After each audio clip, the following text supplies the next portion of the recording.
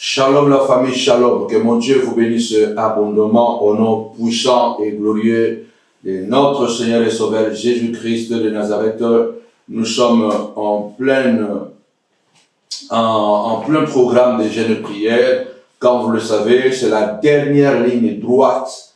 Nous sommes aujourd'hui mardi 25 mars 2025.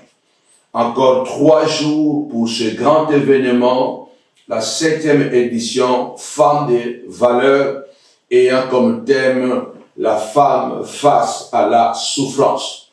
Alors nous sommes en train de vous mobiliser, en tout cas à tous les montagnards du monde entier, partout où vous êtes, que le ciel soit ouvert. Nous vous attendons tous ici à Paris, à la montagne de la prière ministrice, ce samedi 29 mars 2025 à partir de 17 h et dimanche 30 mars 2025 à partir de 10 h. Des jours exceptionnels, des jours de transformation, des jours que Dieu va restaurer nos familles, des jours où les enfants, les parents, nous allons être immergés dans la présence de Dieu. Nous allons passer un moment exceptionnel car la Bible déclare l'Éternel a vu son peuple dans la détresse et il a envoyé sa parole et la parole les a délivrés. Alors en tout cas, pendant ces 10 jours, nous vous attendons très nombreux à participer à ces grands événements. C'est la 7e édition. Nous nous préparons déjà, ça fait un an, parce que chaque fois que cet événement passe, nous sommes déjà en préparation pour le prochain événement. Donc, ça fait beaucoup de mois que nous sommes en préparatif pour pouvoir donner le meilleur de nous-mêmes, et le rendez-vous est fixé, en tout cas ce samedi. Où que vous soyez, vous qui êtes à Paris, vous qui êtes en Belgique, en Allemagne, dans le pays scandinave, partout où vous êtes, nous vous attendons très nombreux en Suisse, en Allemagne, en Belgique, au Luxembourg, partout nous vous attendons à la montagne de la prière ministrice de Paris, à la montagne de la prière, ça ne nous rate jamais. Alors nous appelons les familles, venez en famille, venez avec vos enfants, venez avec vos parents, venez avec vos amis, venez avec vos connaissances, parce que ce sera un moment de famille. Ce sera un moment de bénédiction. Alléluia. Ce sera un moment de transformation. Dieu va faire quelque chose. Il y a une parole qui va sortir. Il y a un message qui va sortir, qui va bouleverser complètement votre vie. Et vous allez entrer dans une nouvelle saison de la famille, dans une nouvelle saison à travers l'éducation de vos enfants. Je sais que Dieu n'a jamais manqué à un seul rendez-vous à la montagne de la prière. Nous sommes là, en tout cas, ça sera un moment de partage, de témoignage. Alors, partager, c'est notre 2e jour de jeûne et prière. Pendant 7 jours, nous allons jeûner, nous allons prier, nous allons clôturer dans la prière et dans le jeûne les dimanches. Alors, venez nombreux, n'hésitez pas à partager le spot, n'hésitez pas à partager, n'est-ce pas, les affiches sur vos Facebook, sur vos WhatsApp, partagez, faites un maximum de diffusion, afin que la main de Dieu soit sur beaucoup de familles. Et vous savez que nous avons une mission à la montagne de la prière, c'est la restauration de la famille à travers la parole et à travers la prière. Donc nous donnons aussi l'exemple comment on peut être une famille soudée, parce que la famille, c'est la cellule de base de toutes les nations et de toutes les sociétés. Donc la famille, c'est la source. Voilà pourquoi nous sommes habitués à dire que guérir, sauver une famille, c'est guérir toute une nation. Alors nous vous attendons vraiment très nombreux. Alors, ce soir, comme j'avais déjà introduit hier, soit le soldat de ta famille, soit le combattant, le défenseur de ta famille, soit à la brèche afin de défendre ta famille. Parce que si tu ne te lèves pas pour défendre ta famille, bien-aimé le Seigneur, alors tu seras témoin de la destruction de ta famille. Tu seras témoin de l'échec de tes enfants. Tu seras témoin de l'échec de la destinée que Dieu a tracée. Alors, pour ne pas être le témoin de la destruction, le témoin de la chute, le témoin du divorce, alors, lève-toi, participe à cet événement afin de booster ta foi, de booster ta famille, de booster les enfants. Ce sera un moment, en tout cas, de partage, d'échange. Ce sera un moment formidable. Que mon Dieu vous bénisse abondamment. Tendre Père, tu as dit dans ta parole, même à celui qui n'a pas une famille, tu donneras une famille. Bénis, Seigneur de gloire, tous ceux qui sont connectés. Bénis ceux qui viendront encore se connecter tout à l'heure, Seigneur de gloire. Souffle un vent de restauration. Toi, le Dieu de la famille, pose ta main sur chaque parent, sur les enfants et sur l'avenir de toutes les familles de la terre. Surtout ceux-là qui se confient à toi, au nom puissant de Jésus. Amen. Alors que mon Dieu vous bénisse abondamment. À la montagne de la prière, nous sommes à Novotel des Noisy-le-Grand, à l'amphithéâtre, un cadre idyllique. Nous vous attendons vraiment très nombreux et vous serez très bien accueillis. Un moment de louange, d'adoration, un moment de partage, de témoignage. Nous voyons beaucoup de signes, beaucoup de miracles. Et heureusement, le Dieu que nous prions, il est vraiment le même hier, aujourd'hui et éternellement. La famille, c'est la meilleure des choses que l'homme peut avoir sur la terre. C'est pourquoi même lorsque tu quittes ta propre famille biologique, tu es condamné d'aller encore fonder une autre famille parce que c'est la pensée de Dieu. Alléluia. La famille, c'est un trésor. Moi, je dis que la famille, c'est la meilleure école. Il n'y a pas une école qui peut enseigner les enfants au-delà de la famille. La famille, c'est la meilleure école. La famille aussi, ça peut être aussi le meilleur hôpital. C'est pourquoi le diable n'aime pas la famille. La famille, c'est aussi le meilleur hôpital. Pourquoi? Parce que vous devez savoir qu'on est bien seulement si on est entouré de personnes que nous aimons bien. Qu'est-ce que tu peux aimer plus que ta femme? Qui tu peux aimer plus que ton mari? Qui est-ce que tu peux aimer plus que tes enfants? Qui est-ce que tu peux aimer plus que les gens avec qui tu es né, tu grandis et tu vis? Cela veut dire qu'il est important de comprendre que quand je dis que la famille, c'est le meilleur hôpital. Vous savez, quand on a une douleur, on est mal, on est malade, ou on a une situation difficile, la plupart des temps, tout le monde, le premier réflexe que nous avons, c'est de pouvoir rentrer à la maison. Vous allez comprendre que même quelqu'un est presque mourant, il préfère toujours rentrer chez les siens.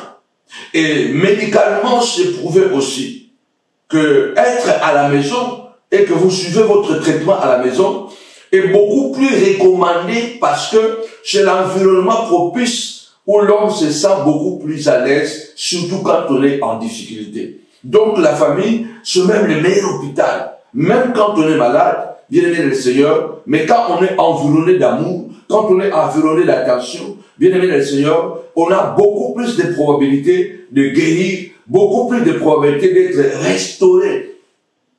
C'est pourquoi même lorsque quelqu'un est à la fin, il sait qu'il va partir, il préfère se faire entourer du sien. Ça pèse. Le diable connaît la force de la famille. Il connaît ce que la famille peut communiquer. La famille peut être aussi la meilleure prison, parce que la famille peut aussi devenir une prison, mais c'est la meilleure prison, parce qu'en réalité, une prison, on appelle ça maison d'arrêt ou maison de correction. Rien ou personne ne peut vous corriger plus que votre père, plus que votre mère, ou même plus que vos enfants. Parce que si votre enfant vient pour vous corriger, il le fait vraiment avec amour. Il le fait avec de bonnes intentions. Il ne le fait pas pour te détruire, mais il le fera pour de bonnes intentions. C'est pourquoi je dis aussi que la famille, c'est la meilleure prison. Parce que la prison nous permet aussi de pouvoir se corriger, se remettre en question.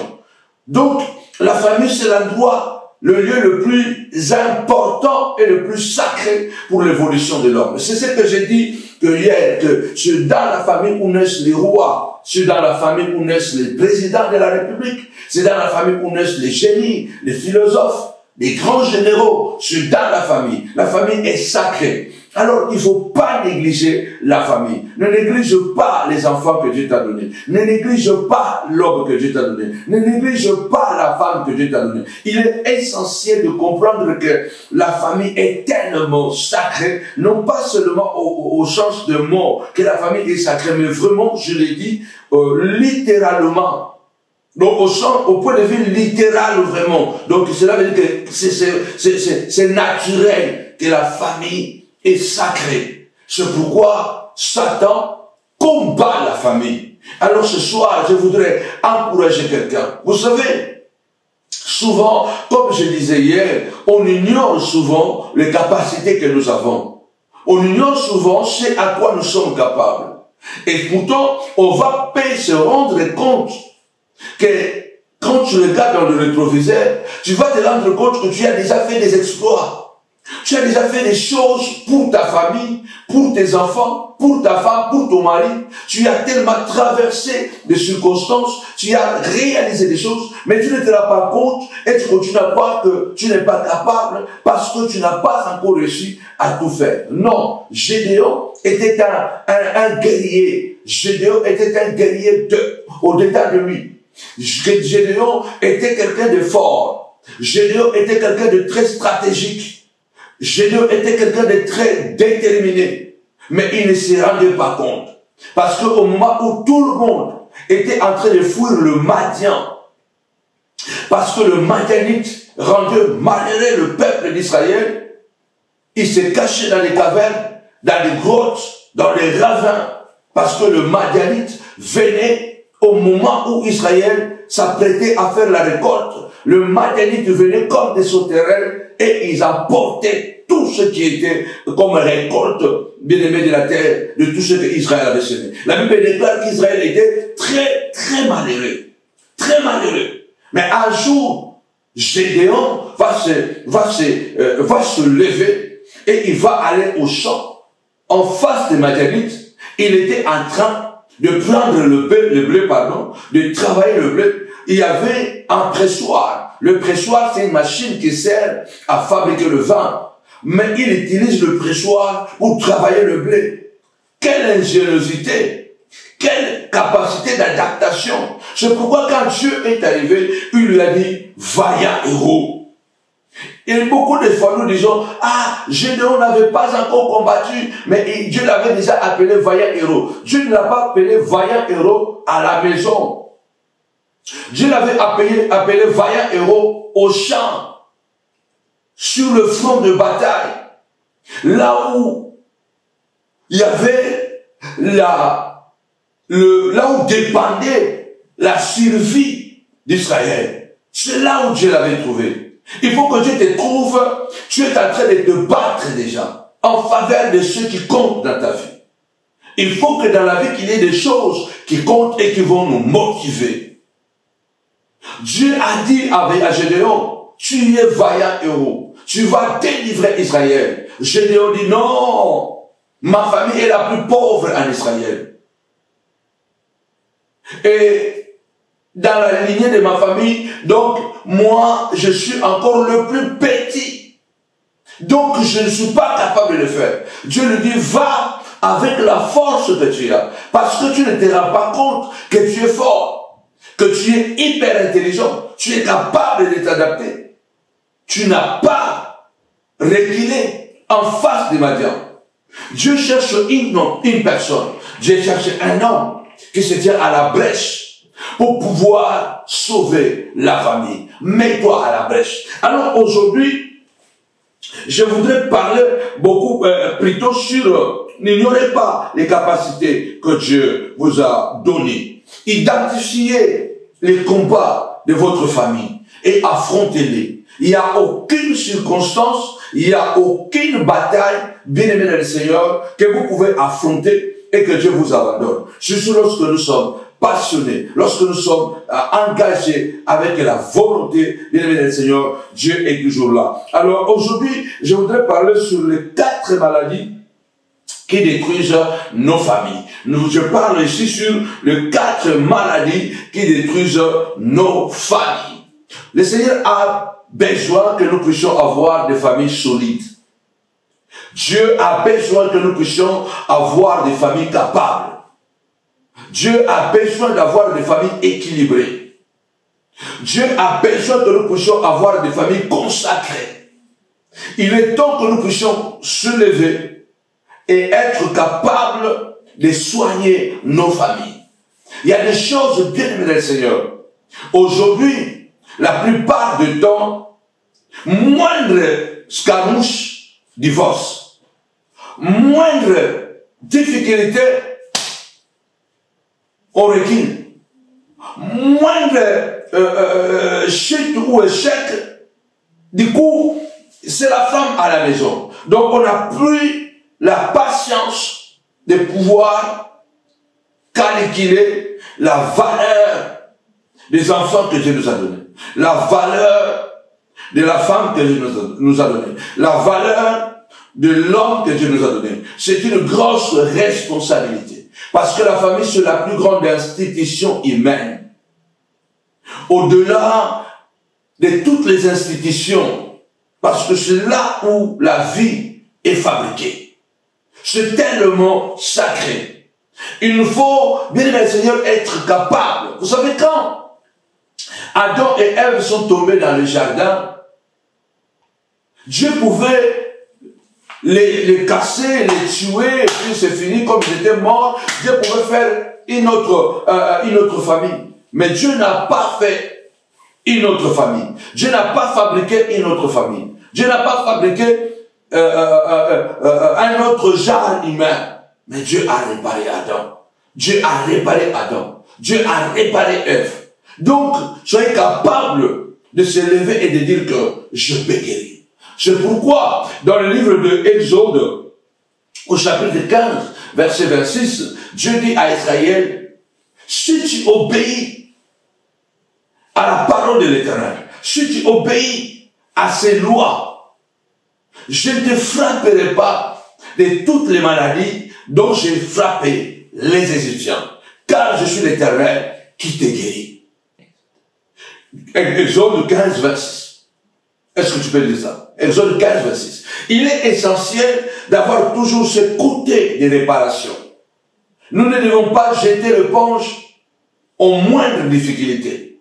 Nous ne devons pas abandonner à la moindre complication chez les divorces, chez l'abandon, parce que, au fait, nous ne mesurons pas la force et la sacralité de la famille que Dieu nous a donnée. Est-ce que tu peux lire ça rapidement, le frère Guillaume? Exode 15, verset 26. Il dit, si tu écoutes attentivement la voix de l'Éternel. Si tu écoutes attentivement la voix de l'Éternel, ton Dieu.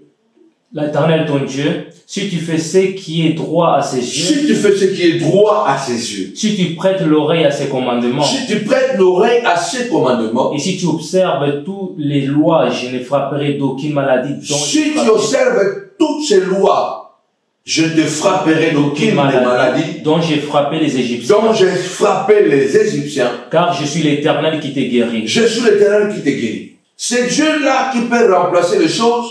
Souvent, il répare.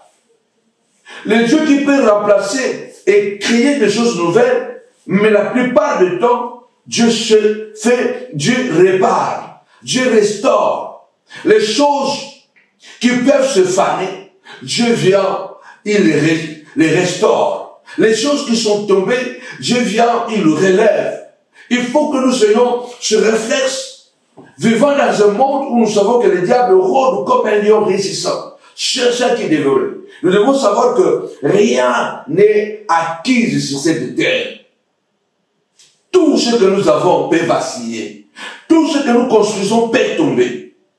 Tout ce que nous avons projet, mariage, entreprise, succès, grandeur, tout ce que nous avons peut toujours échouer, peut toujours tomber. Je disais avant-hier avec mon équipe que la vie n'est pas stable. Dans un sens clairement par rapport à la vision des choses, la vie n'a jamais été stable. Mais l'instabilité de la vie, c'est aussi la force de la vie. Parce que la stabilité, quand les choses sont statiques, souvent, l'homme oublie certains principes. Il oublie certaines choses.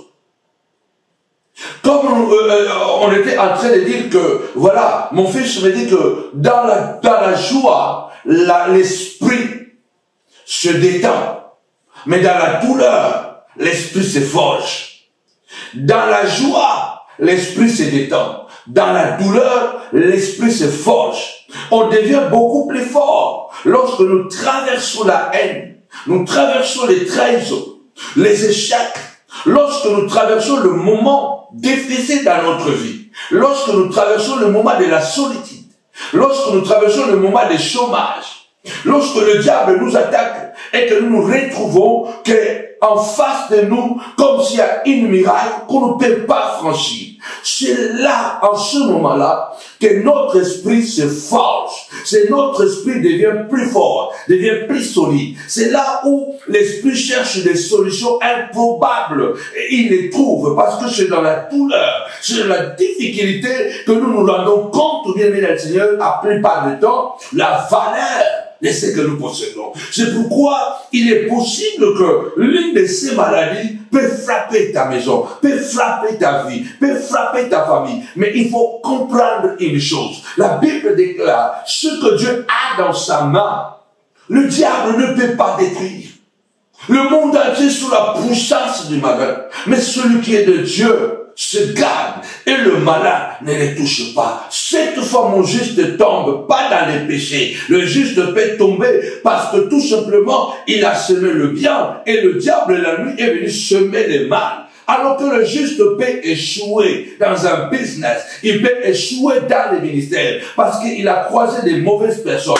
Il peut échouer dans les mariages parce qu'il a croisé des douleurs, des difficultés, des obstacles insurmontables. Mais la Bible déclare que le juste peut tomber, échouer. Cette fois, le juste va se relever. Donc, je crois de tout cœur que pendant cette convention, Dieu va te communiquer une parole qui va bouleverser ta vie dans le bon sens, qui va te booster, alléluia, qui va faire que quand tu vas rentrer bien aimé le Seigneur, tu ne seras plus la même personne. Parce que la Bible déclare, Dieu a mis le peuple dans la douleur, il a envoyé la parole et la parole les a guéris. Je crois que pendant ces 2 jours, samedi et dimanche, Dieu va te donner une vision claire. Fille, femme célibataire, femme, fille divorcée, couple en difficulté, les enfants impolis. Nous vous attendons parce que la Bible dit au commencement était la parole. Et la parole était avec Dieu. Et la parole était Dieu. Elle était au commencement avec Dieu. Alléluia. Tout ce qui était créé a été créé par la parole. Rien de ce qui était créé n'a été créé sans elle. La parole était la vie. Et la vie était la lumière des hommes. Bien-aimés, cette parole, quand elle vient dans votre vie, elle bouleverse. Alors ce samedi et dimanche, nous allons vivre des moments, des témoignages. La femme de Dieu, il y a tant d'autres surprises, d'autres femmes qui vont témoigner, bien aimé, parce que le thème est très important, la femme face à la souffrance. Alors la première maladie, alors je crois une maladie, je voudrais dire tout simplement que une maladie, c'est tout simplement une altération, un dysfonctionnement.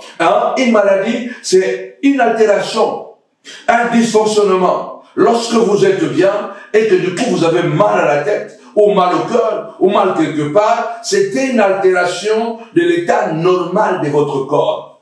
C'est un dysfonctionnement de l'état normal de votre corps. Ça fait mal, ça peut vous déséquilibrer, ça peut vous enlever l'appétit, ça peut vous enlever la joie, ça peut vous enlever la force, ça peut vous enlever le courage, ça peut vous enlever l'enthousiasme. Donc, une altération, c'est une déformation, c'est un dysfonctionnement. Mais tout cela ne doit pas, bien le Seigneur, nous pousser à l'abandon. Aucun dysfonctionnement, bien-aimé le Seigneur, ne peut empêcher Dieu de pouvoir intervenir. La première maladie que je vais citer ici, dans beaucoup de familles, c'est dans Genèse chapitre 3. Dans Genèse chapitre 3, la première famille, la famille d'Adam et Ève, cette famille qui était placée dans un bon cadre. La Bible dit que Dieu planta un jardin et plaça l'homme dans le jardin. La famille que tu as là, c'est un jardin. C'est un lieu que Dieu bénit. Peu importe géographiquement où tu te trouves. Tu te trouves, peu importe dans l'un des 4 points cardinaux. Tu te trouves peut-être à l'Orient. Tu te trouves peut-être à l'Occident. Tu te trouves peut-être au nord ou au sud. Mais tout ce que je vais te dire, la famille que Dieu t'a donnée, c'est un jardin. C'est un endroit, bien-aimé, de bénédiction. C'est un endroit de grâce. C'est un endroit de croissance. C'est un endroit d'évolution, de développement. C'est le projet de Dieu pour pouvoir continuer la vision et la volonté de Dieu. Mais puisque c'est un projet tellement sacré et le diable cible beaucoup la famille, vous comprenez qu'il y a beaucoup de problèmes dans les couples. Remarquez que dans le monde, bien le Seigneur, les familles ne tiennent plus. Et il y a certaines idéologies qui s'introduisent dans nos sociétés, qui sont en train de démanteler la famille, de démanteler, bien le Seigneur, ce socle de vie qui fait que la société soit organisée, ne soit pas une société anarchique. Parce que la famille, c'est un repère, c'est une source, c'est l'arbre généalogique. Ça nous permet d'avoir une traçabilité. Et cela crée l'équilibre. Bien-aimé dans le Seigneur, il est important de comprendre que Dieu tient à ta famille. Dieu combat pour ta famille. Dieu veut que tu sois bien. Mais Satan ne veut pas que tu sois bien. Et quand Satan vient nous attaquer, il envoie les mauvais sorts. Il envoie la maladie. Dans ce jardin, il y avait tout. Il y avait l'or, il y avait les diamants, il y avait tout dans ce jardin. Il y avait les arbres. Il y avait l'arbre de la connaissance du bien et du mal, mais il y avait aussi l'arbre de vie. Il y avait beaucoup de fruits. C'était un endroit délicieux parce que Dieu l'a appelé Éden. Éden qui veut dire tout simplement ma présence. Les délices. Alors il est essentiel de comprendre que chaque fois que l'homme et la femme se retrouvent, automatiquement il crée un jardin. Il y a la provision. Oh mon Dieu, il y a la provision dans ta vie. Il y a la provision de Dieu. Mais qu'est-ce qui se passe? Dieu avait tout disposé à l'homme. L'homme et la femme n'avaient aucun problème de manger, n'avaient aucun problème de dormir. Ils étaient même nus, mais ils ne se rendaient pas compte. Ils ne se dérangeaient pas du tout. Ils étaient à l'aise. Tout était à leur disposition.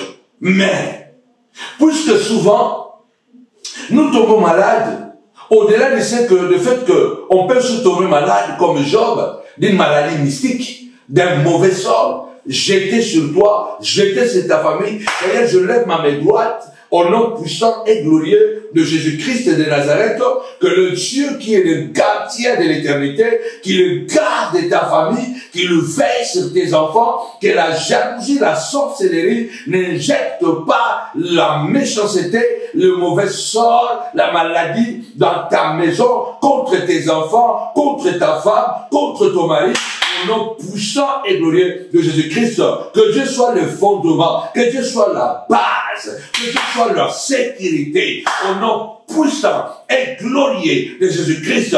Il a dit 1000 tomberont à ton côté, 10 000 à ta droite, mais toi, tu ne seras pas atteint. alléluia, ce que Dieu construit, alléluia, personne ne peut détruire, alléluia, même si cela arriverait et que quelqu'un détruit ce que Dieu a construit avec toi, celui qui a construit peut reconstruire, parce que celui qui a créé peut recréer, celui qui a créé peut recréer, celui qui a commencé peut recommencer. N'ayons pas peur, ne paniquons pas. La première maladie dans le jardin d'Éden, c'est la maladie de beaucoup de familles, l'insatisfaction. Ils avaient tout. Dans cette famille, il y avait tout, bien aimé dans le Seigneur. Mais, à un moment donné, Ève est devenue insatisfaite. L'insatisfaction, c'est une maladie grave. Il est nécessaire de comprendre que il est bien dans la vie quelquefois de nous contenter de ce que nous avons et de progresser à pas peut-être de tortille. Je lis quelque part, est vrai, et c'est la personne qui a dit ça, il a raison. La tortue va tellement lent, mais aucun animal qui va vite ne vit beaucoup plus longtemps que la tortue.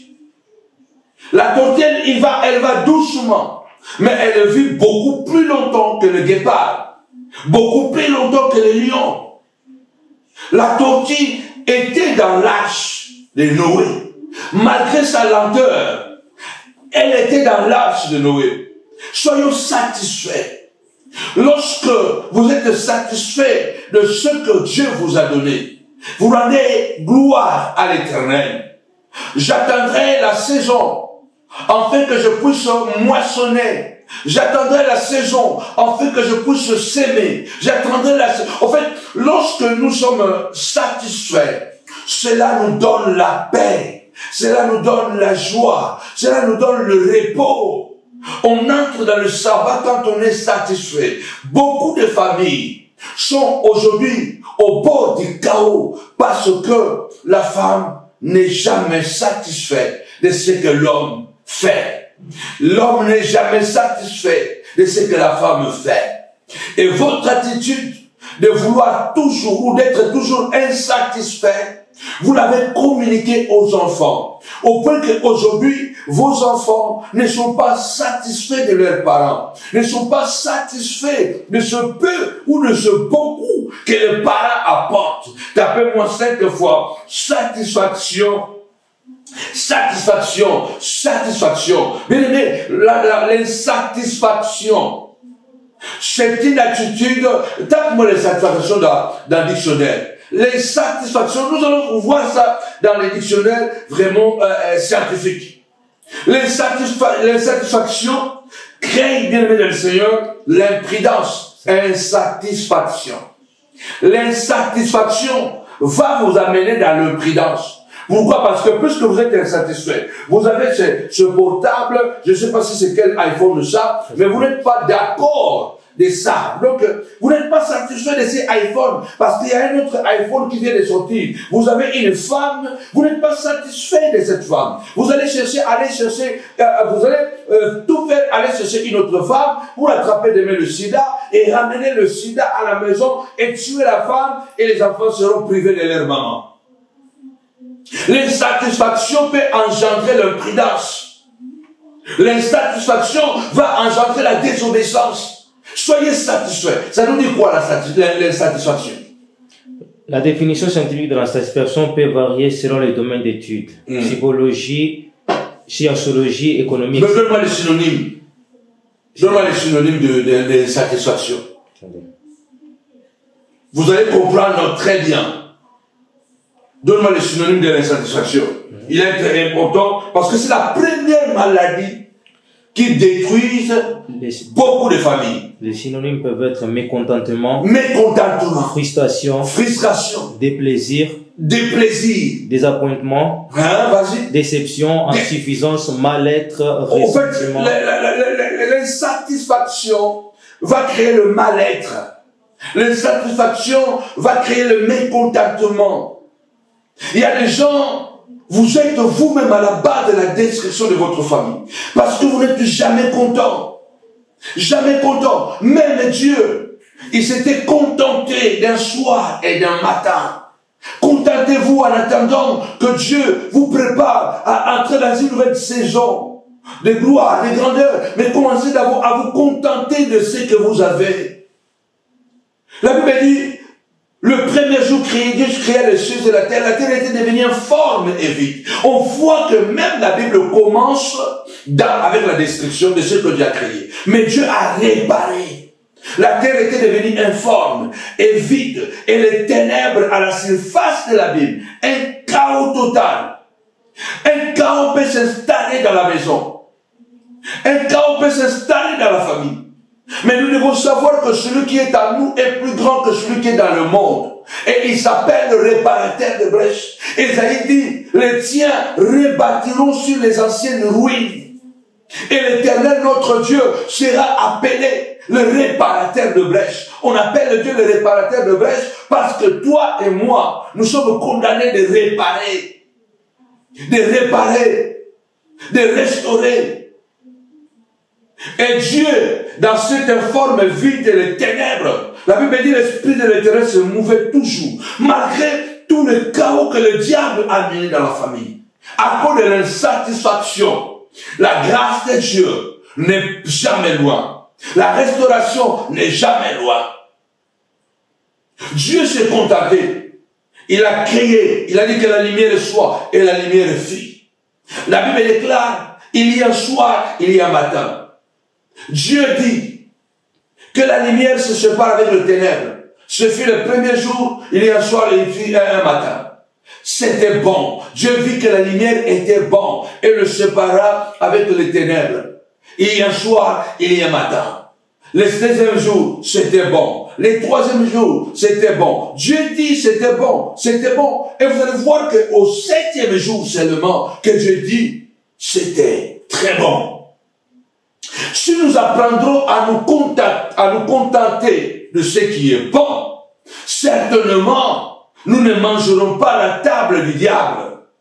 Certainement, nous allons avoir ce qui est très bon. Commence à te contenter de ce petit salaire que Dieu a donné. Commence à donner à tes enfants mieux vaut de valeur que des richesses matérielles. Parce que les richesses matérielles ne donneront pas à tes enfants de vraies valeurs de la vie. Mais les vraies valeurs de la vie vont donner à tes enfants, bien aimés, demain, des richesses. Une bonne éducation est supérieure à l'argent. Ève, elle est insatisfaite. Elle est mécontente. Elle est frustrée de tout le bonheur qu'il y avait dans le jardin. Elle est insatisfaite. Pourquoi? C'est une maladie. Tu n'es jamais content. Tu n'es jamais contente. Quels que soient les efforts que tes enfants fournissent, tu as même du mal à éloger tes enfants. Quels que soient les efforts, l'instinct féminin ou féminin de ta femme, la manière dont elle gère la maison, tu n'es pas toujours content, tu n'es pas satisfait. Ce n'est toujours pas bon, c'est une maladie. L'insatisfaction crée l'imprudence, va vous pousser à manger l'interdit. Parce qu'une femme insatisfaite, demain elle sera infidèle. Un homme insatisfait, demain il sera infidèle. Les enfants insatisfaits, demain, ils peuvent abandonner la maison paternelle, la maison familiale et aller vendre la drogue parce qu'ils sont insatisfaits. Ça, c'est la première maladie. Être satisfait de soi, satisfait de sa femme, satisfait de tes enfants, satisfait de ton mari, satisfait de ton travail. C'est cette satisfaction-là qui va te pousser à grandir petit à petit parce que la Bible déclare, je souhaite que tu prospères à tous égards et que tu sois en bonne santé comme prospère l'état de ton âme. Il est écrit, je vais pousser à aller de progrès en progrès, de gloire en gloire. Donc, le progrès, il faut aller un pas après un autre. L'insatisfaction de Ève a ouvert une porte à la mort. Cette maladie doit être soignée. C'est le 7e jour, le Dieu qui pouvait tout faire le même jour, il s'est contenté d'un soir, d'un matin. Il était patient, il attendait. Soyez patient, les résultats vont arriver. Soyez patient, continuez à travailler, à cultiver. Quand il y a un soir, reposez-vous. Parce que demain, le soleil va encore se lever. Tant qu'il y a la vie, il est possible de pouvoir atteindre nos objectifs. Mais si nous voulons nous reposer, si nous voulons avoir une bonne santé, bien les Seigneur, le repos est hyper important. Le repos, je l'ai dit aussi à moi-même, on ne se repose pas vraiment beaucoup physiquement parce qu'on doit assurer tellement de choses, mais le repos, bien les Seigneur, c'est le premier antidote que Dieu a créé. C'est le premier anesthésie que Dieu a créé pour pouvoir restaurer l'homme. C'est pourquoi la Bible déclare, il donne autant à ses enfants pendant le sommeil. Quand la nuit vient, nous devons dormir parce que le sommeil, c'est le premier traitement de l'homme. Quand nous dormons, notre corps se régénère.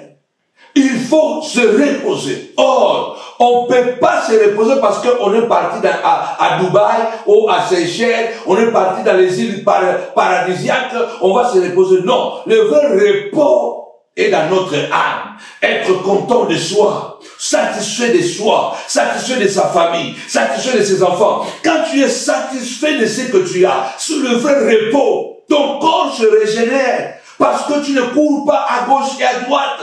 Il y a tellement de choses à dire ici. Je ne vais pas trop prolonger.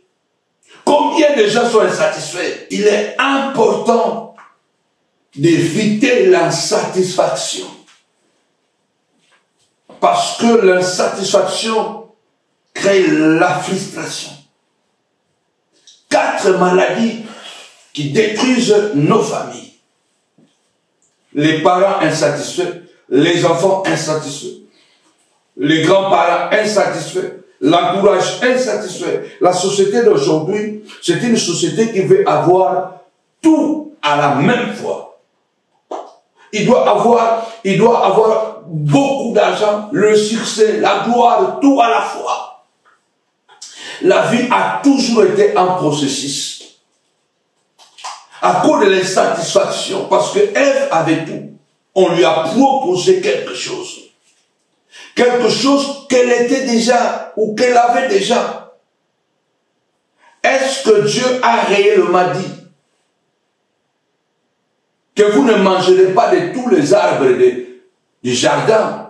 Et Ève, insatisfaite, qui n'a même pas compris le jeu des mots du serpent. Parce que quand une femme, un homme, une personne, surtout responsable, même un enfant, quand il est déjà insatisfait, ou quand la femme est déjà insatisfaite, il n'y a plus rien qui peut la maîtriser. Si vous êtes insatisfait, vous serez mécontent, vous serez frustré. Ce que vous avez ne vous suffit pas. Ce que vous avez ne vous attire pas. Ce que vous avez ne vous plaît pas. Vos enfants ne vous plaisent plus. Ce sont les enfants des voisins qui vous plaisent. Votre femme ne vous plaît plus. Ne vous plaise plus. C'est la femme du voisin qui vous plaît. Votre mari ne vous plaît plus. C'est le mari de la voisine qui vous plaît. Votre voiture ne vous plaît plus. C'est la voiture du voisin qui vous plaît. C'est là où il y a la désobéissance vient, l'infidélité s'installe, parce que vous voulez avoir quelque chose de différent, quelque chose de plus. Je l'ai dit, je le répète, même Dieu s'était contenté d'un soir et d'un matin. La vie est un processus. Je prie au nom puissant de Jésus que Dieu te guérisse de cette insatisfaction. Il y a des gens qui ont des Ferrari, mais qui ne dorment pas la nuit. Il y a ceux-là que vous voyez ils ont des milliards. Mais la nuit, ils ne dorment pas. Vous ne pouvez pas savoir. Peut-être qu'il a envie. Ta petite famille que tu as, va doucement. Apprécie les petites choses. Apprécie déjà ce que tu as. Apprécie la vie. Apprécie la vie, apprécie tes enfants, apprécie ton mariage. Ce n'est que ça qui va te créer le bonheur, le vrai bonheur.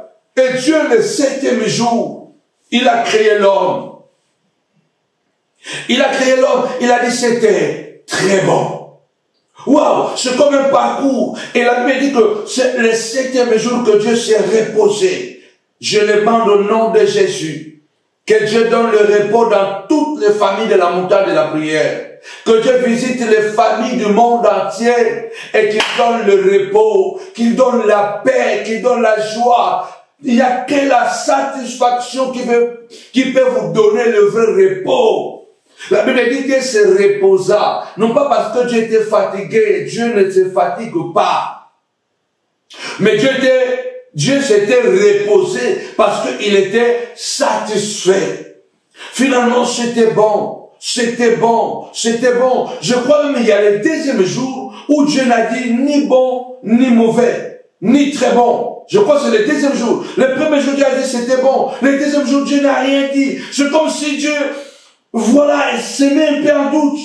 Ce n'est pas vraiment ça. Mais vous voyez qu'il n'a dit, le 2e jour, Dieu n'a dit ni bon, ni mauvais. Il a dit c'était bon le 1er jour. Le 2e jour, il n'a rien dit. C'est le 3e jour qu'il a commencé à dire c'était bon. Il peut même avoir des moments de flottement dans la vie où on ne sait pas vraiment réellement qu'est-ce qui se passe, qu'est-ce que nous avons. Est-ce que c'est... Il peut y avoir des moments de flottement dans les pensées, un moment de flottement dans la famille, mais qui ne doit pas persister, qui ne doit pas c'est implanté, non. Des moments de douleur, des moments d'incompréhension ou des moments de doute peuvent s'installer dans la famille. Mais il faut tout de suite de passer au-delà de cela. C'est pourquoi Josué a dit, quand ils sont de l'autre côté du Jourdain, ils voient que le peuple commence à se perdre. Et Josué dit, choisissez qui vous voulez servir, vous. Moi et ma maison, nous servirons l'Éternel. Que Dieu soit avec toi. Fais le choix. Tapez-moi 5 fois les choix. Faites les choix comme Josué. Au moment où tout le monde va avoir des grosses voitures. Tout le monde va avoir des abonnés. Tout le monde veut que ses enfants soient exposés sur Internet et se déshabiller. Tout le monde doit... Non, toi fais les choix comme Josué a dit. Choisissez l'Internet. Choisissez la course à la richesse. Choisissez l'exposition. Choisissez tout ce que vous voulez. Vous voulez devenir riche en détruisant les autres, riche en manquant de respect aux autres, riche en vous déshabillant, riche en devenant infidèle parce qu'il y a des femmes que vous voyez sur Internet. Toujours bon chic, bon joie, bon chic, bon genre, bien maquillés, bien habillés. Mais ils sont malheureuses. Ils rendent malheureux leur mari à la maison et ils sont souvent des femmes infidèles. Contentez-vous. Dieu s'était contenté. Dieu s'est contenté des soirs, des matins. C'était bon, c'était bon, c'était bon. Il a créé les animaux, c'était bon. Il a créé les arbres, c'était bon. Il a créé le ciel et la terre, il a créé le soleil et la lune, c'était bon. Mais quand il a créé l'homme, il a dit, c'était très bon. Et Dieu s'est reposé. Finalement, c'est la satisfaction qui nous accorde le vrai repos. C'est pourquoi on peut courir à gauche et à droite. On est hyperactif. Mais puisqu'on est satisfait de ce qu'on fait, notre corps se régénère sans aller à Dubaï, sans aller chercher à impressionner les gens sur les yachts, des belles photos. Oh, bien, mais c'est important de partir en vacances. C'est important de se reposer physiquement. Mais le vrai repos, c'est la satisfaction. Ève, elle est insatisfaite. Elle a détruit la famille.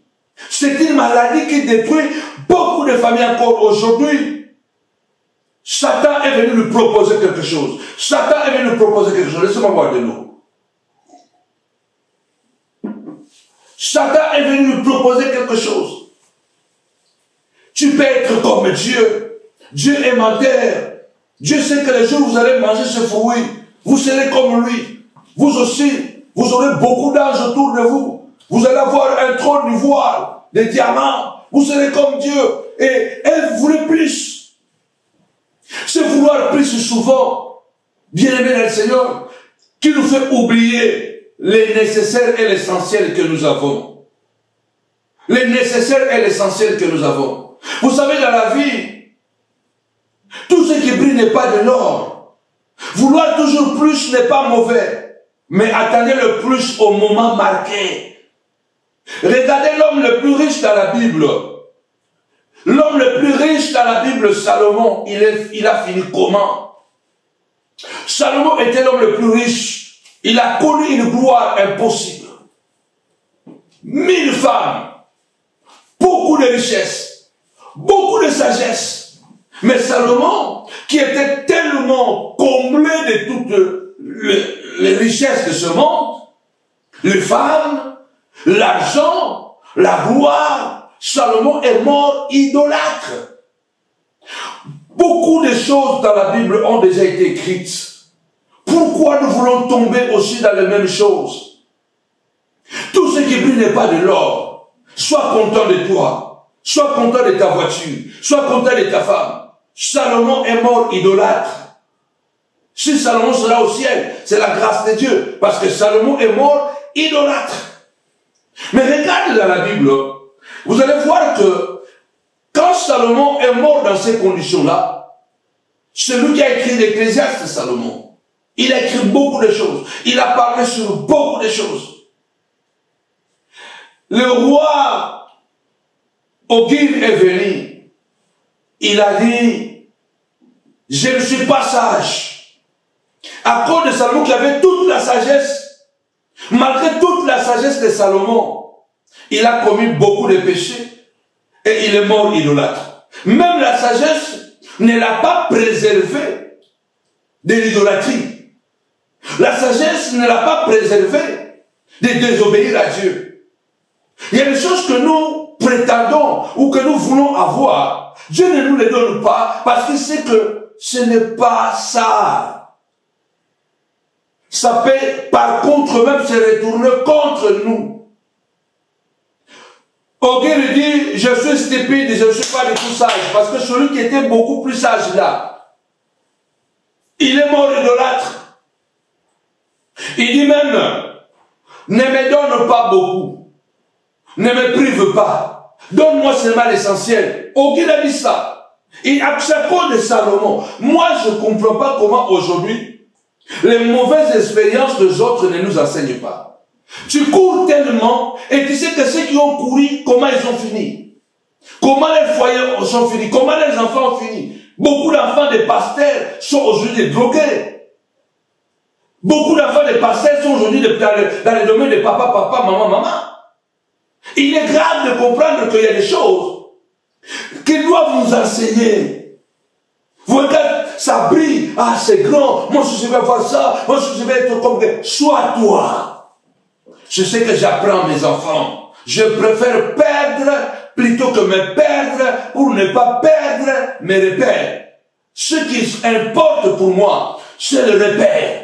Je peux perdre les amis, je peux perdre l'argent, je peux perdre le ministère comme je l'ai perdu en Italie. Mais tant que je ne perds pas le repère, je vais continuer la vie. Je préfère perdre, mais je ne vais pas me perdre.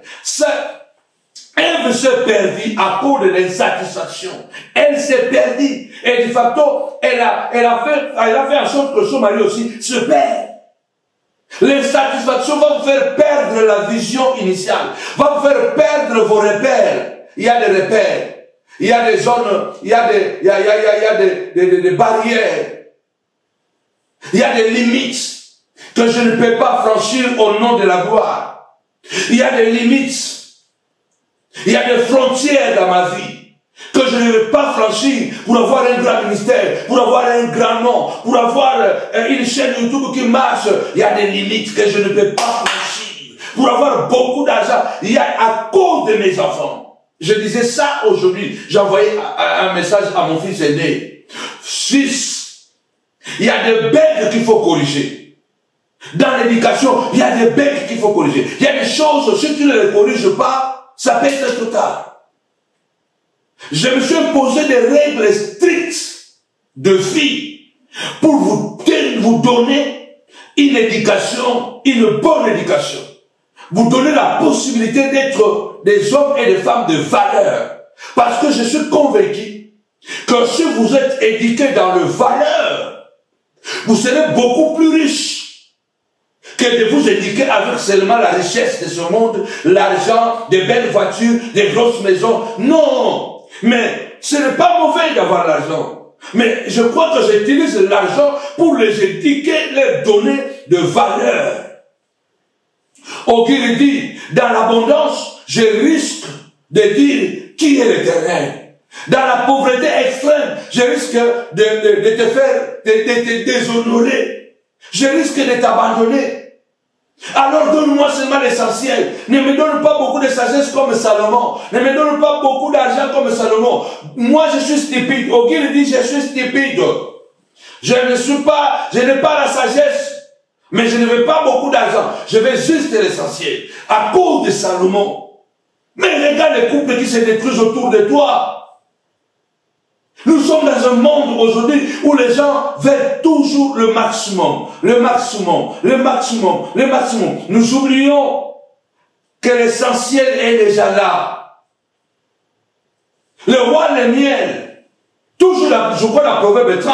Le roi des miel. Sa maman lui dit, à cause de Salomon, roi mais le miel, ce n'est pas au roi de boire le vin, ce n'est pas au roi de se donner aux femmes. Pourquoi le roi le miel dit ça? Pourquoi la maman du roi le miel dit ça? Il dit ça à cause de Salomon qui a eu 1000 femmes et qui est mort idolâtre. Il a dit après, vous voyez comment Salomon a fini? Salomon buvait le vin, Salomon avait beaucoup de femmes, regarde comment elle a fini. Alors comme toi tu es devenu roi, ne sois pas comme Salomon.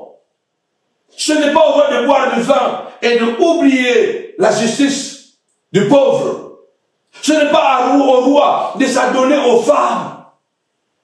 Il faut que les expériences des autres doivent nous enseigner. Combien de milliardaires sont divorcés?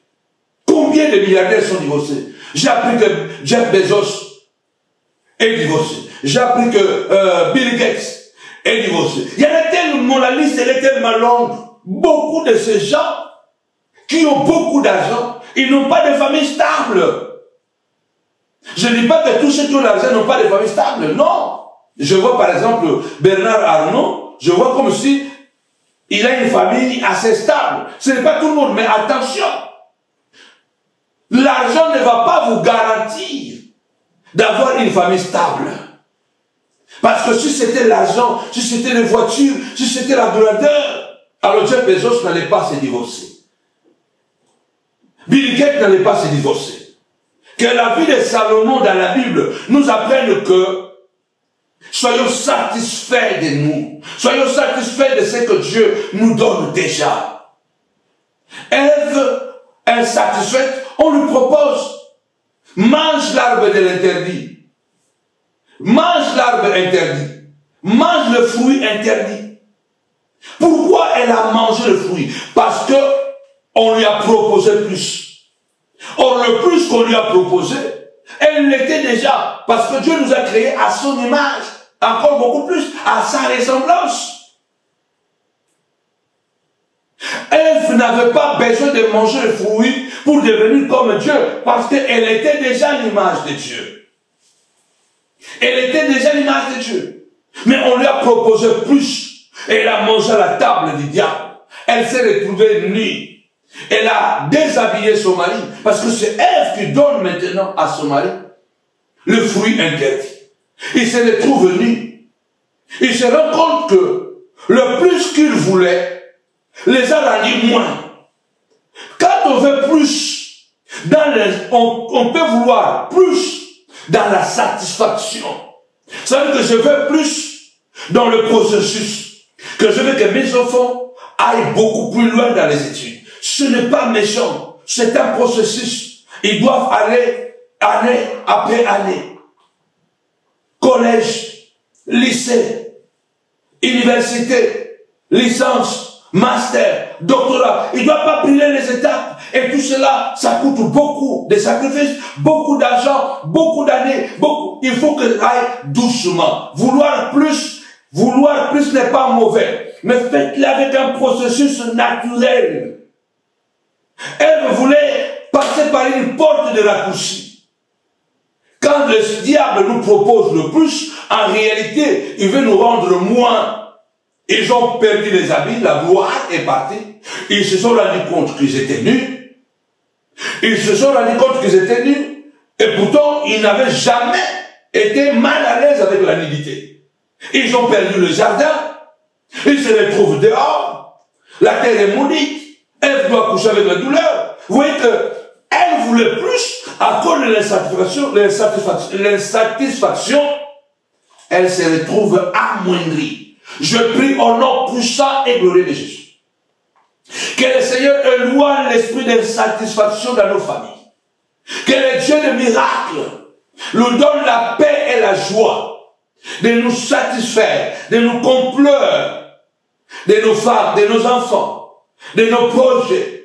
Ce que fait le voisin, c'est son problème à lui. Salomon, c'est Salomon. Moi, c'est moi. Ogil a dit, moi, je ne suis pas Salomon. Je ne veux pas aussi la sagesse, beaucoup de sagesse de Salomon. Je ne veux pas aussi beaucoup de richesses de Salomon. Je ne veux pas ça. La maman de Rémi, elle a dit, je ne veux pas que tu sois comme Salomon. Tu n'as pas besoin de vin et de femmes. Il faut que tu te lèves, je dis que je n'ai pas besoin de ce que le voisin possède. J'ai besoin seulement de grandir. 4 maladies qui tuent la famille. Malheureusement, je ne peux pas aller trop loin. Au nom puissant et glorieux de Jésus-Christ. Que le diable s'éloigne de tes enfants. L'insatisfaction va faire que demain tu seras prostitué. Demain tu vas abandonner tes enfants parce que tu n'es pas satisfait. Sois satisfait. Le Dieu qui t'a donné cette femme, le Dieu qui t'a donné ces enfants, le Dieu qui t'a donné cet homme, il ne t'abandonnera jamais. Kohéna, le Seigneur soit avec nous. Le Dieu nous comble la présence de Dieu dans notre vie. Même lorsque nous sommes dans une petite voiture, une vieille voiture. Mais nous savons que Dieu est avec nous. Nous sommes dans le processus. Étant donné que je ne suis pas à la maison, je suis au front. Je suis en train de travailler. Comme Gédéon, je suis en train d'utiliser un pressoir pour travailler le blé. Ce n'est pas pour le blé. Le pressoir n'est pas pour le blé. Mais les conditions actuelles, je vais utiliser le pressoir pour travailler mon blé. Mais un jour, j'aurai une machine qui va travailler le blé. Je continue. Tant que je continue à construire, on dit petit à petit, l'oiseau fait son nid. Je préfère aller petit à petit, grandir et arriver seulement là où Dieu veut que je puisse arriver. Que 1000 tombent à ton côté, 10 000 à ta droite, tu ne seras pas atteint. C'est ça le mystère dont David dit dans Psaume 23, l'Éternel est mon berger, je ne manquerai de rien. Il me fait reposer dans leur pâturage. Il restaure mon âme à cause de son nom. Oh Dieu, donne à l'Église la satisfaction. Nous voulons être satisfaits du ministère que Dieu nous a donné pour ne pas devenir imprudent, impudique, jaloux. Donne-nous ça de bois, cette satisfaction, papa, des choses, du travail que tu m'as donné. Donne à mes enfants la satisfaction de son père, de sa maman, de ses frères, de ses sœurs. Ils ont demandé la satisfaction sur le repos, sur le sabbat. Je prie vraiment pendant cette convention que Dieu nous donne ce sabbat, la satisfaction. Tu es béni. Christ a nous l'espérance de la gloire. Ève, à cause de l'insatisfaction, elle a mangé à la table du Satan, à la table du diable. À cause de l'insatisfaction, tu vas finir par manger l'immangeable. Tu vas finir par faire ce qu'on ne fait pas. Tu vas entrer par une porte. Tu crois que c'est la porte qui va t'amener à la mort, à la vie, mais c'est une porte de la mort. Le jardin est perdu. La gloire est bannie. Ils cabotent. Ils se retrouvent loin du jardin. Leur jardin, leur propre jardin qui les appartenait. Les chérubins les empêchent d'y revenir. Je prie au nom puissant et glorieux de Jésus-Christ que Dieu te garde dans ta famille, que Dieu te garde dans ta maison, que Dieu te garde avec tes enfants, que Dieu te garde avec ta femme, que Dieu te garde avec ton mari, que Dieu te garde afin que vous puissiez élever vos enfants, afin de les introduire dans la société avec la stabilité de grâce, avec des valeurs nobles, les valeurs du travail, le respect de la vie, le contentement, savoir travailler de ses propres mains, ne pas envier l'un ou l'autre. Donnez à vos enfants que la meilleure vie, c'est la simplicité. C'est là la Bible déclare, Dieu résiste aux orgueilleux, mais fait grâce aux humbles. Il y a beaucoup de gens que vous voyez élevés. Ils ont tué, ils ont détruit les églises des autres. Ils ont détruit les foyers des autres. J'en connais beaucoup. Ils ont couché avec la femme de quelqu'un. Et cette femme, la malédiction est entrée aujourd'hui. Mais attention! Je voudrais aller vite pour terminer. Deuxième maladie, c'est la jalousie et la haine. C'est ce que nous voyons dans la famille de Joseph. Pourquoi il y avait la jalousie ou la haine dans la famille de Joseph? À cause de préférences. Jacob avait préféré Joseph. Ne préférez jamais un enfant au détriment de l'autre. Vous le maudissez. Vous en avez 4 enfants, ayez 4 chambres dans votre cœur. Je le répète, la préférence dans la famille est une grande maladie, une véritable maladie. N'ayez pas de préférence. Ne préférez pas Jacob à la place d'Ésaü. Ou Ésaü à la place de Jacob. Dans la famille d'Isaac, la même chose. Au-delà de ce que Dieu avait dit, mais dans la famille, Jacob était le préféré de maman, Rebecca. Ésaü était le préféré de papa, Isaac. Ne le faites pas. On voit toute sa vie, Ésaü a cherché à tuer Jacob. C'est une maladie grave, la préférence. Vous pensez que vous êtes en train de pousser les autres enfants, d'aller de travailler beaucoup plus en donnant votre dévolu sur l'un des enfants. Oh, j'aime beaucoup le cadet ou la cadette. J'aime beaucoup l'aîné. Non, ne préférez pas. Parce que la préférence va engendrer la jalousie, va engendrer la haine. Dans une famille, il y aura une guerre fratricide. Les enfants qui vont se sentir écartés par papa ou maman, ils vont grandir avec cette colère, avec cette haine. Et malheureusement, ils risquent de les reproduire demain. C'est ce que David avait reproduit malheureusement sur Absalom. David était rejeté dans sa famille. Son père et sa mère préféraient ses frères plutôt que lui. David va le dire dans la Bible. Si mon père et ma mère m'ont abandonné, m'ont délaissé, heureusement l'Éternel ne m'a pas abandonné. Regardez, David va le reproduire dans la vie d'Absalom. Dans toute la vie d'Absalom, depuis qu'Absalom était né et qui a grandi, dont la Bible déclare qu'il était l'enfant de David le plus beau, le plus charismatique. Mais toute la vie d'Absalom, David n'a jamais montré de l'empathie envers cet enfant. David n'a jamais montré de l'amour. David n'a jamais appelé son fils Absalom, qui était un charismatique, ne l'a jamais appelé mon fils. Et même le jour où Amnon, le grand frère, l'aîné de la famille, a couché avec Tamar, la petite sœur d'Absalom, David n'a pas intervenu. Absalom est allé récupérer sa sœur Tamar, qui était déshonorée, dont la vie était bousillée et elle ne pouvait plus se marier en Israël. Absalom se sentait méprisé par son père, pas aimé, mal aimé. Tu peux donner même peut-être de l'argent, tu peux donner des habits, tu peux donner beaucoup de choses, mais l'enfant a besoin de l'empathie de son père, de sa mère. Ta femme a besoin de l'amour, a besoin de l'attention. Ton mari a besoin de cet amour, de ce respect, de cette attention. Femme, ce qui caractérise même une femme, c'est son instinct maternel. La femme, elle est protectrice, protège tous les enfants. Et vous savez quoi? Un jour, c'est Absalom qui a humilié son père. C'est Absalom, aucun roi à l'époque de David n'était capable de tenir tête à David. Mais Absalom a tenu tête à David. Il l'a chassé de Jérusalem. Il a couché avec les concubines de son père. Sous l'influence d'Ahitophel, qui était le conseiller le plus geminant de son père David, qui a rallié la cause d'Absalom.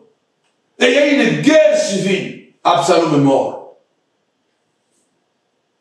La Bible déclare, lorsqu'Absalom est mort, c'est la première fois que David dit, Absalom mon fils. Mais quand il était vivant, tu ne l'as jamais appelé ton fils. Donc, la deuxième maladie dans la famille, c'est la préférence. Et cette préférence engendre la jalousie et la haine dans plusieurs familles. Il est important. Je m'arrête seulement à ces deux maladies parce que mon temps est arrivé à la fin. La préférence engendre, bien aimé, dans le Seigneur, la rivalité. Quelquefois, les rivalités qui sont dans la maison, c'est papa qui les a provoquées, c'est maman qui les a provoquées. Faites en sorte que même ta femme comprenne que elle a sa place. Il ne faut pas préférer tes enfants plus que ta femme. C'est elle qui les a accouchés. C'est elle leur maman. Avant que les enfants viennent, tu étais avec elle. Tu ne peux pas dire que maintenant je jette mon dévolu sur les enfants et je ne préfère plus ma femme. Non, ta femme a sa place. Il ne faut pas préférer ton mari au détriment des enfants. Non.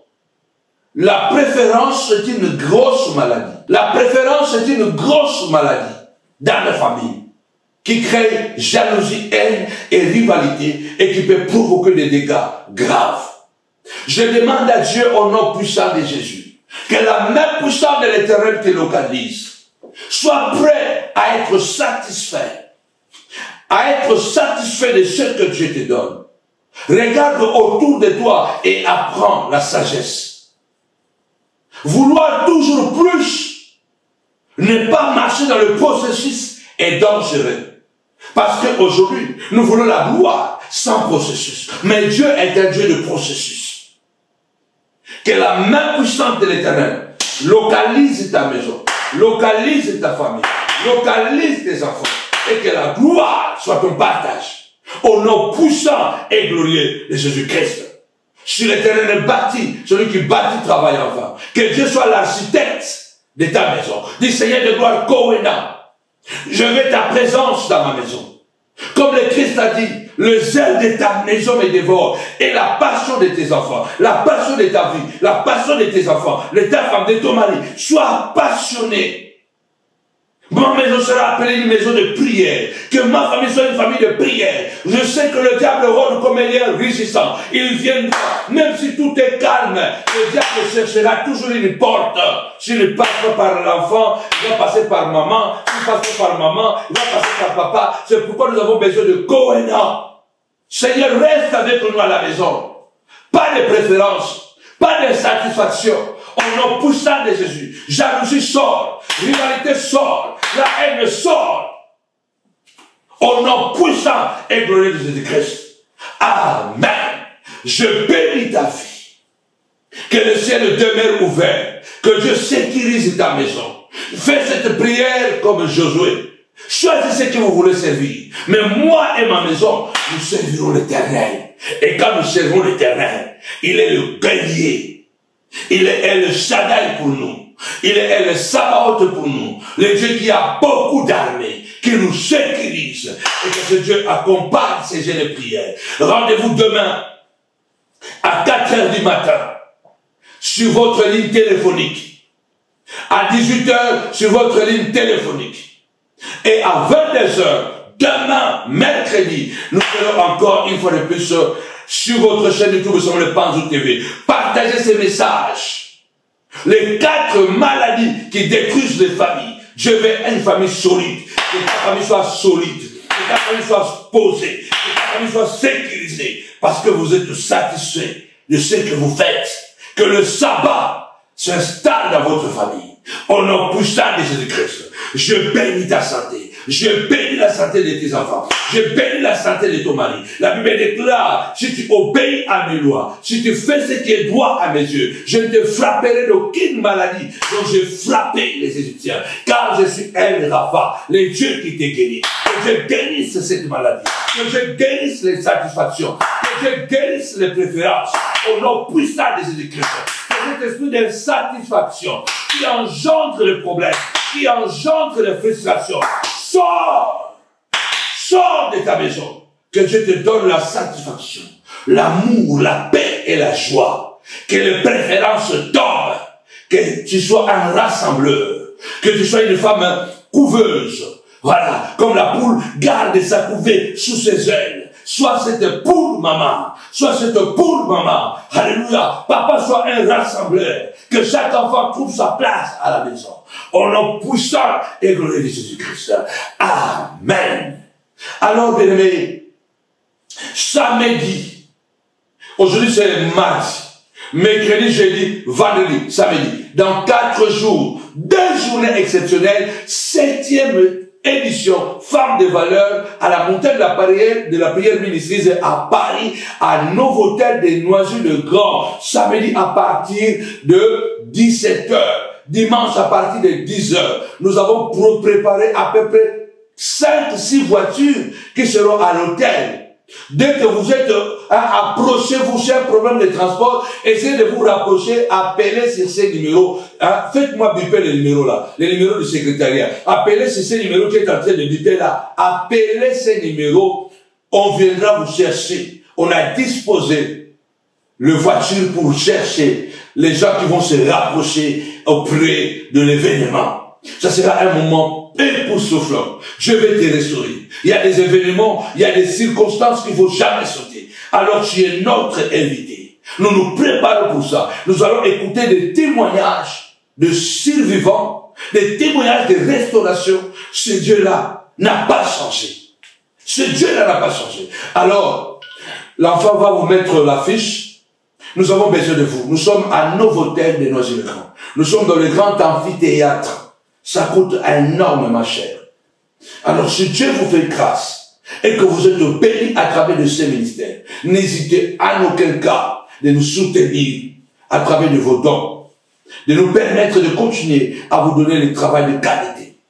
En tout cas, vous pouvez le faire à travers RIA, MoneyGram, Western Union, ou soit il y a le RIB, vous pouvez le faire aussi à travers les RIB, soit si vous êtes dans l'Hexagone, vous pouvez aussi envoyer un chèque de soutien, ou soit à travers le PayPal. Faites-les, ça va nous permettre de continuer à travailler. On a un travail très difficile, parce qu'on monte les appareils, on les démonte, on a beaucoup d'appareils qui sont abîmés, beaucoup d'appareils parce que les appareils, ce n'est pas bien de le monter, les démonter, les monter, les démonter. On a beaucoup de choses et là on a un grand événement. Bien aimé Seigneur, c'est encore beaucoup d'investissements au point de vue financier. Si Dieu vraiment vous touche de nous aider, n'hésitez pas parce que on a des micros abîmés, on a des caméras abîmées, on a beaucoup de choses, des CNT abîmés, on a beaucoup de choses abîmées parce que au mois de septembre, au mois d'août, nous allons faire 3 ans que nous sommes à cet amphithéâtre. Faites les calculs, c'est énormément d'argent. Alors, que mon Dieu vous bénisse. En tout cas, envoyez votre contribution pour cet événement. Ça peut nous aider à louer ou soit à acheter quelque chose de nouveau pour que l'événement soit, en tout cas, quelque chose de propre. Que mon Dieu vous bénisse. Soyez les Lydie, n'est-ce pas, de la montagne de la prière, les Suzanne, soyez Marie de Magdala, soyez Joseph d'Arimathée, soyez Jeanne, celles-là qui ont soutenu Jésus financièrement. Que mon Dieu vous bénisse abondamment. Rendez-vous demain à 4h du matin sur la ligne téléphonique et à 18h sur la ligne téléphonique et à 22h sur votre chaîne YouTube Samuel Panzou TV, la meilleure plateforme pour la restauration de la famille, où vous trouverez des prières qui vont vous booster, vous rebooster, retour à l'expérience, étranglement, El Tabera, comment prier pour ses enfants. Wow. Le nouveau bébé qui vient de sortir, la prière, mon combat, ou notre combat. Allez sur Amazon, ou soit à l'église directement, vous pouvez vous procurer notre littérature. Que mon Dieu vous bénisse abondamment. Et gardez-nous dans la prière. Gardez ma famille dans la prière. Mes enfants, mon épouse, nous en avons vraiment besoin. Au nom de Jésus. Bye. C'est ce que l'ennemi oublie. Après le chapitre 1, il y a le chapitre 2. Femme c'est au rendez-vous. La femme, c'est le berceau de l'humanité. Ce n'est pas vraiment l'Afrique qui est le berceau de l'humanité, mais c'est la femme, parce que la femme représente la famille. Alors c'est pourquoi je t'ai dit, continue à travailler. Malgré la douleur, continue à prier, continue à gêner, continue à craindre Dieu, continue à avancer. Alléluia. Tu accoucheras ta destinée. S'il y a des rendez-vous à ne pas rater, ce samedi 29 mars 2025 et dimanche 30 mars 2025, la montagne de la prière ministrice vous invite à participer à ce rendez-vous divin. 2 jours de restauration, 2 jours d'instruction, 2 jours de témoignage. Ça sera tout simplement de jamais vu. La femme face à la souffrance. Ne manquez en aucun cas, parce que manquer, ça serait vraiment dommage. Alors nous vous attendons le samedi 29 mars 2025 à 17h et dimanche 30 mars à 10h. Que Dieu te bénisse. Toi aussi tu peux le faire. Si cette femme l'a fait, pourquoi pas toi femme? Pourquoi pas toi femme? Pourquoi pas toi femme? Toi aussi tu peux le faire. Alors lève-toi ce soir. Dis au nom de Jésus, je me lève. Je me lève. Je change la situation de ma vie. Je me lève et je change l'histoire de ma vie. Les hommes peuvent te séparer de certaines choses, voire de certaines personnes, mais jamais ils ne te sépareront de ton Dieu. Alors, viens, ne rate pas cet événement. Que Dieu te bénisse.